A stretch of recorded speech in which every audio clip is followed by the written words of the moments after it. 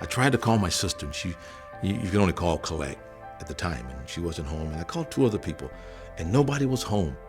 And I remember going out in the prison yard saying, you know what? Nobody's ever there when you need them. And I could hear my father's voice. I could hear him say these words, son, you'll never be anywhere where Jesus can't be. And I looked up to heaven, and I said, Jesus, I don't even believe you exist. But my father says you do, and he's never lied to me. And if you exist, if you really exist, I need whatever you have to offer. And my life was dramatically changed that night. But that particular night, after giving my life to Christ, I began to read and study the Bible. And I'm telling you, I was looking at this Bible the other day, and there's probably not a page in this Bible that there's not some writing on, because I began to realize that if I was going to change, it was going to have to be the power of God. And I began to read, and I began to study, and I began to study, and I began to read, and my life began to change from the inside out.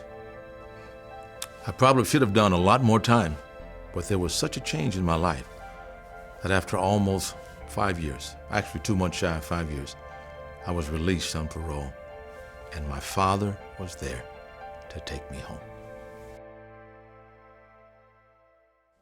I got out of prison on April the 9th, and I saw this beautiful young lady in church.